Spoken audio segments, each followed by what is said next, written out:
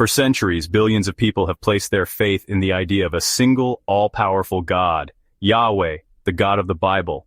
He is said to be eternal, unchanging, the sole divine being who created the universe, guided the Israelites, and stands as the foundation of three major world religions. But what if this entire concept is a fabrication? What if Yahweh is nothing more than the product of myth-making, cultural assimilation, and historical revisionism? The evidence is overwhelming. Yahweh did not start as the one true God. He was not the God of Abraham, nor was he even known to the earliest Israelites. Instead, Yahweh's name emerges in history as a minor deity, likely worshipped by desert tribes in southern Canaan and later adopted by Israel. His transformation from a local tribal god into the omnipotent creator of the universe wasn't divine. It was the result of political necessity, religious reform, and centuries of rewriting history to erase the truth. Ancient inscriptions, linguistic studies, and even the Bible itself reveal cracks in the official story. Early Israelites did not believe in a single god. They were polytheists, worshipping multiple deities, including El, Baal, and Asherah.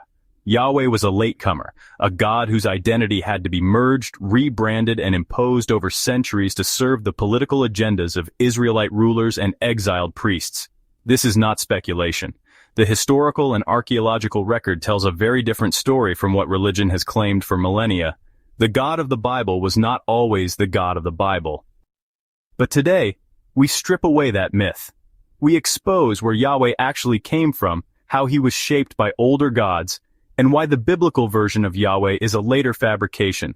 If you've ever questioned religion, if you've ever wondered whether the God of the Bible is real or just another human invention, this is the proof you've been looking for. The first glaring problem with the biblical narrative is that Yahweh does not appear in history as the original God of Israel. If Yahweh had always been the supreme deity, reigning over the heavens and worshipped by the patriarchs, we should expect to find clear historical and archaeological evidence of his worship in the earliest Israelite settlements. The earliest known mentions of Yahweh come from Egyptian inscriptions dated between 1400 and 1200 BCE. These texts do not refer to Yahweh as the God of Israel, nor do they place him in Canaan. Instead, they identify Yahweh as a deity associated with a group of nomadic tribes called the Shasu, who lived in the deserts of Edom, Midian, and the Sinai region, far south of early Israelite settlements. This is a major problem for biblical literalists.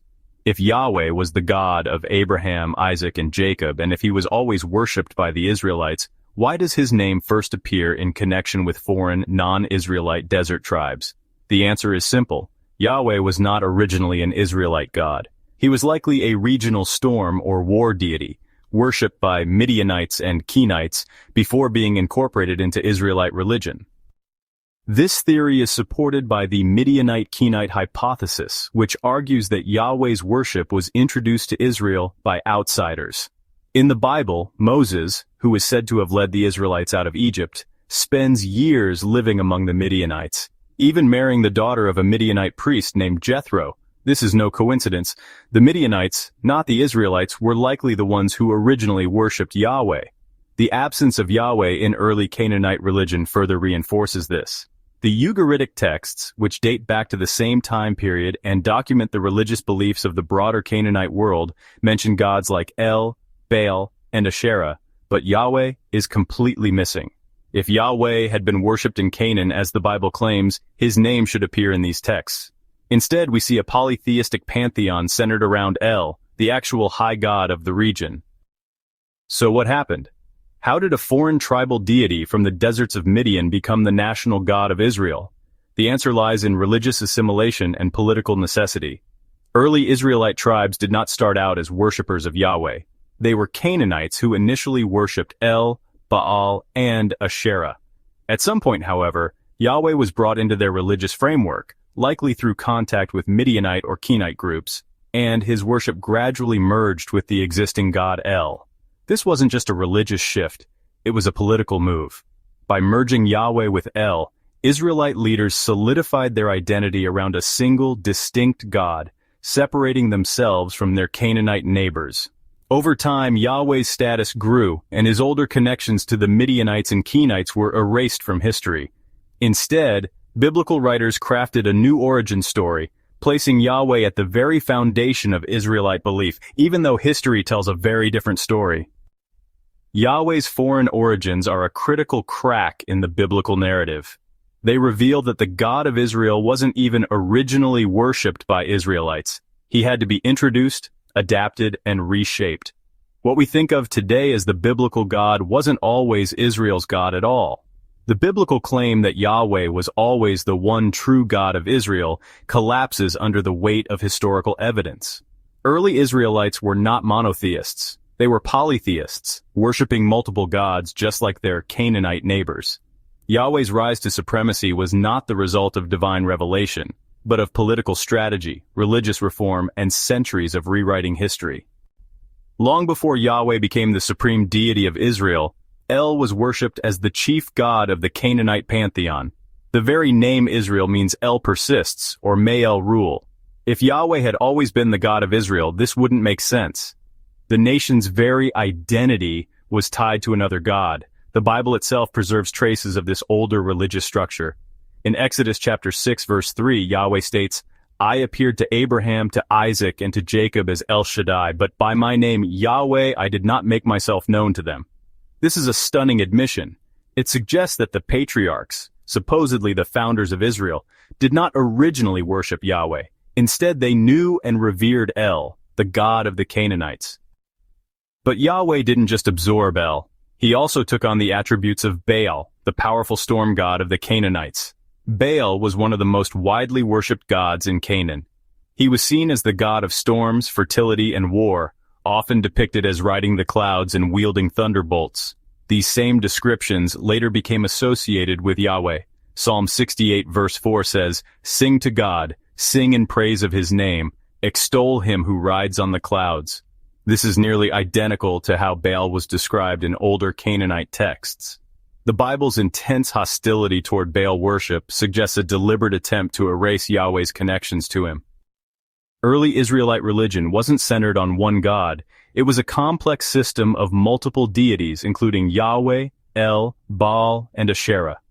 Archaeological discoveries confirm this. Inscriptions found at Kuntilet Adrud, dating to around 800 BCE, explicitly mention Yahweh and his Asherah, showing that Yahweh was once worshipped alongside a divine consort. This changed over time, but not because of some grand revelation. The shift toward monotheism was driven by political necessity, especially during the reforms of King Josiah in the 7th century BCE. The Book of Kings describes how Josiah destroyed shrines to other gods, including those to Baal and Asherah. He centralized worship in Jerusalem, eliminating competing religious sites. This political rebranding of Yahweh didn't just erase other gods. It rewrote Israel's entire religious history.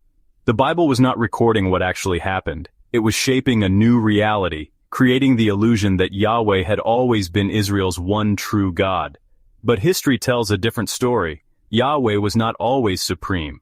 He was one of many, a God who had to be merged, rewritten, and politically enforced before becoming the deity recognized today. The biblical writers did not record history as it happened. They reshaped and rewrote it, constructing a religious narrative that would justify Yahweh's dominance and erase his origins as a lesser deity. Nowhere is this rewriting of history more evident than in the period following the destruction of Jerusalem in 586 BCE. This moment was a turning point. The Babylonian Empire had conquered Judah, burned down the temple, and exiled much of the population. The Israelite elite, now living in Babylon, faced a crisis of faith. Their God, Yahweh, had failed to protect them. This theological shift turned Yahweh from a national deity into an all-powerful, universal God. The destruction of Judah was no longer seen as evidence of Yahweh's failure, but as proof of his power. He had allowed his own people to be punished for their disobedience, reinforcing his control rather than diminishing it. The biblical texts written during and after the Babylonian exile reflect this dramatic shift. Passages that previously acknowledged the existence of other gods were rewritten or reinterpreted. Yahweh was no longer just the God of Israel. He became the only true God, the creator of the universe, the judge of all nations. This transformation was not just about theology. It was about power. The priests and scribes who redefined Yahweh's identity were not just preserving faith, they were ensuring their own authority. A singular, omnipotent God meant a singular, centralized religious system with them at the top. Monotheism, rather than being a natural evolution of faith, was a carefully constructed tool for social and political control. The Bible's rewriting of Yahweh's past is most evident in how it erases his connections to other gods. What remains today is a version of Yahweh that bears little resemblance to his origins. The Bible presents him as eternal, yet history shows that his worship had a clear beginning. The Bible claims he was always Israel's God, yet early Israelite religion tells a different story. The Yahweh known today is not the original Yahweh. He is a reconstructed deity, reshaped by centuries of political and religious maneuvering. He is not the creator of the universe. He is a product of human hands, crafted to serve the needs of those who wrote his story. The Yahweh of the Bible is not the Yahweh of history. Yahweh was not originally the God of Israel. The earliest Israelites, like their Canaanite neighbors, worshipped multiple gods. El was the high god, Baal was the storm god, and Asherah was the mother goddess. Yahweh was either unknown or a minor deity at best. His first historical appearances place him in the deserts of Edom and Midian, not in Israel. This aligns with the idea that Yahweh's worship was imported into Israelite culture rather than originating there. The Bible itself gives hints of this, but later writers worked to erase these traces, rewriting Yahweh's story to make it appear as though he had always been Israel's only God. Even after Yahweh was adopted, he did not immediately become the sole deity. The shift toward monotheism was not a natural religious progression. It was a forced transformation, largely driven by political leaders like King Josiah, who sought to consolidate religious power by eliminating all gods except Yahweh. The final step in Yahweh's transformation came during the Babylonian Exile. When Jerusalem fell and the temple was destroyed, the Israelites needed a way to explain why their God had seemingly abandoned them. The answer they created was not that Yahweh had failed, but that he had allowed their suffering as a punishment for disobedience. In exile, Yahweh was no longer just the God of Israel. He became the God of everything, the only God that existed. This was a theological shift born from crisis, not revelation. The biblical texts written during and after this period reflect this reinvention, erasing Israel's polytheistic past and constructing a new identity centered around Yahweh as the universal ruler. The Bible presents him as eternal, yet his name does not appear in the oldest Canaanite religious traditions. The Bible claims he was always Israel's God, yet early Israelites worshipped multiple deities. The Bible insists that he alone is God, yet his attributes were borrowed from other gods, reshaped and rebranded until all other names were forgotten. Yahweh is not the creator of the universe. He is a creation of history, molded by the needs of those who ruled and wrote the stories that would define a nation. His transformation from a regional war god to the singular deity of billions was not an act of divine truth, but of human power.